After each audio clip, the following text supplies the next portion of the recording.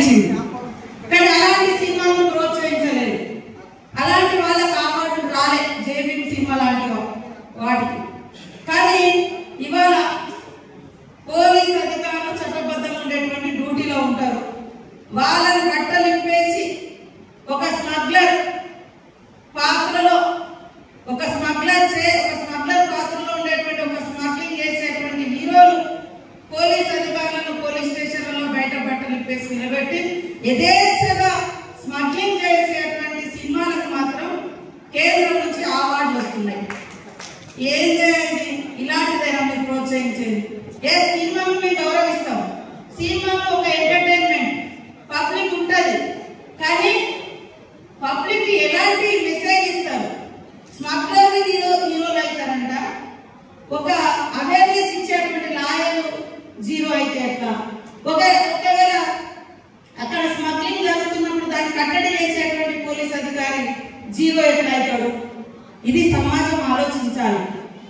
కాబట్టి cinema యాక్టర్లైనా, cinema producers అయినా, డైరెక్టర్లైనా ఈ సమాజాన్ని ఒక ఉన్నతమైనటువంటి సన్మార్గంలో తీసుకెళ్లేటువంటి లక్షణాలు, ఇతరుల గురించి తప్పించేటువంటి భావాన్ని, ఇతరులకు హెల్ప్ చేసే భావాన్ని, ఇతరుల గౌరవాన్ని కాపాడే విధంగా సినిమా తీస్తే సమాజం ఇంకా సన్మార్గంలో నడుస్తుంది.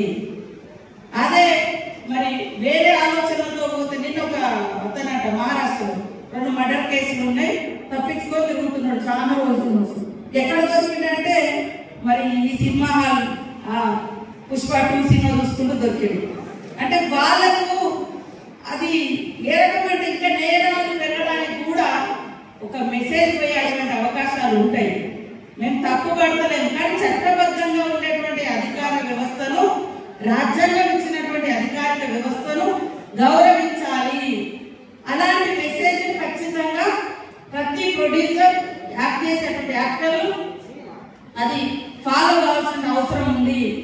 కాబట్టి ఈరోజు సమాజం యొక్క ఉన్నతి మనందరి ఉన్నతి, మన పిల్లల భవిష్యత్తే మనందరి భవిష్యత్తు. పిల్లల్ని సన్మార్గంలో నడిపించాలి.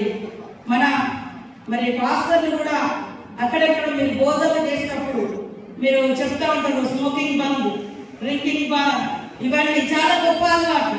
వాస్తవానికి తాగొద్దు, చుట్టూ తాగితే హెల్త్ పాడవుతుంది, వీరు ప్రాణి తాగొద్దు, ఇవన్నీ ఇట్లాంటి లక్షణాలు చెప్తుంటారు.